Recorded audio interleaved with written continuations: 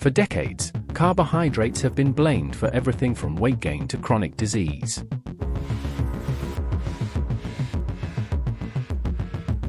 From keto to carnivore, we've been told to fear bread, rice, pasta, and even fruit. But what if the war on carbs was based more on hype than on science?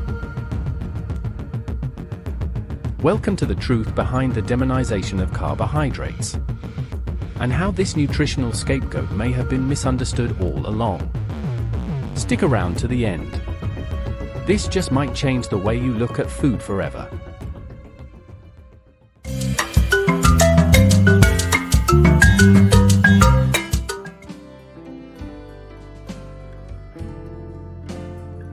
To understand why carbs got such a bad reputation, we need to go back to the 1970s. That's when obesity started to rise, and people wanted answers. In 1972, Dr. Robert Atkins published Dr. Atkins' Diet Revolution, a book that launched the modern low-carb movement. He argued that carbohydrates, not fat, were the true cause of weight gain. The Atkins diet was high in fat, high in protein, and extremely low in carbohydrates. It was marketed as a revolutionary approach to weight loss. And for many, it worked, at least in the short term. Soon after, carbs were labeled the enemy. Entire industries emerged around low-carb products, and bread became a dietary villain. But was it ever really about the carbs? Let's break down the science. Carbohydrates are your body's primary fuel source. Every cell in your body, including your brain, prefers glucose, which comes from carbohydrates. Not all carbs are created equal. There's a massive difference between processed white sugar and whole grains, sweet potatoes, fruits, and legumes. According to a 2018 study published in The Lancet, diets high in whole carbohydrates, like whole grains and vegetables, are associated with lower rates of mortality, heart disease, and type 2 diabetes. So why are all carbs lumped into one category?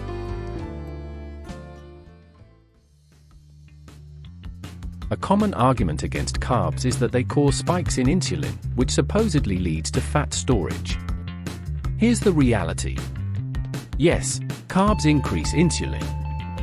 But insulin is not inherently bad, it's a hormone your body needs to shuttle glucose into cells for energy. Obesity researcher Dr. Kevin Hall from the NIH debunked this idea. His controlled feeding studies showed that people actually lost more body fat on low-fat, high-carb diets compared to low-carb diets, when calories were controlled. Insulin is not a fat-storing monster. It's just doing its job.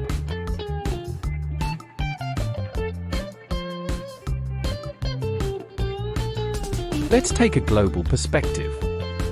In Okinawa, Japan, home to some of the longest living people in the world, the traditional diet was 85% carbohydrates, mainly from sweet potatoes and rice. In the highlands of Papua New Guinea, the Kitavans ate a very high-carb diet, with almost no obesity, diabetes, or heart disease.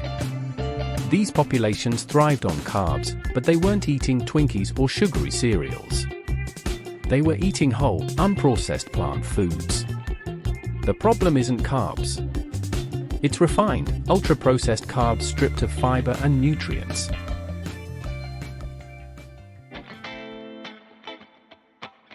The fear of carbs didn't just happen by accident.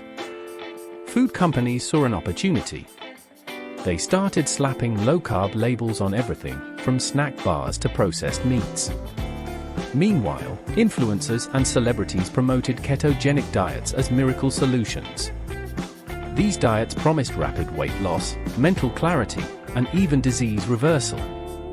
But what they didn't promote were the long-term consequences: increased LDL cholesterol, reduced fiber intake, and potential strain on the kidneys. According to a 2019 study in the European Heart Journal, low-carb diets were associated with a higher risk of death from all causes, including heart disease and cancer.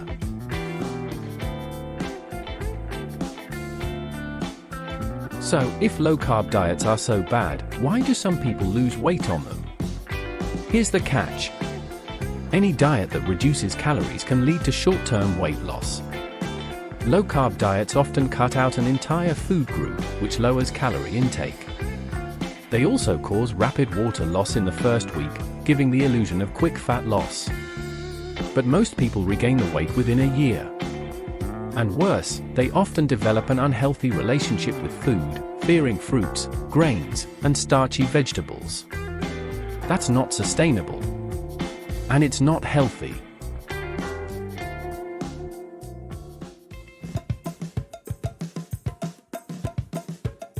Now let's look at what happens when people eat high-carb, whole food diets.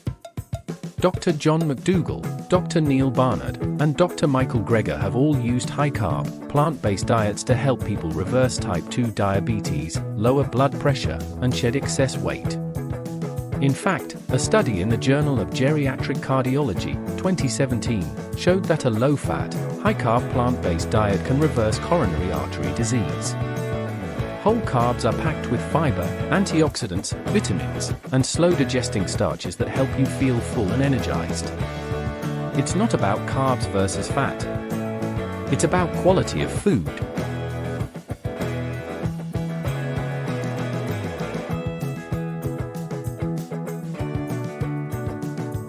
So what's the final word? Carbs are not your enemy. The demonization of carbohydrates was fueled by fear, misinformation, and industry agendas, not science. Whole food carbohydrates, like fruits, vegetables, whole grains, and legumes, can help you maintain a healthy weight, improve your heart health, reverse insulin resistance, boost longevity. Don't fear the potato. Don't fear the rice. Fear the ultra-processed junk pretending to be food.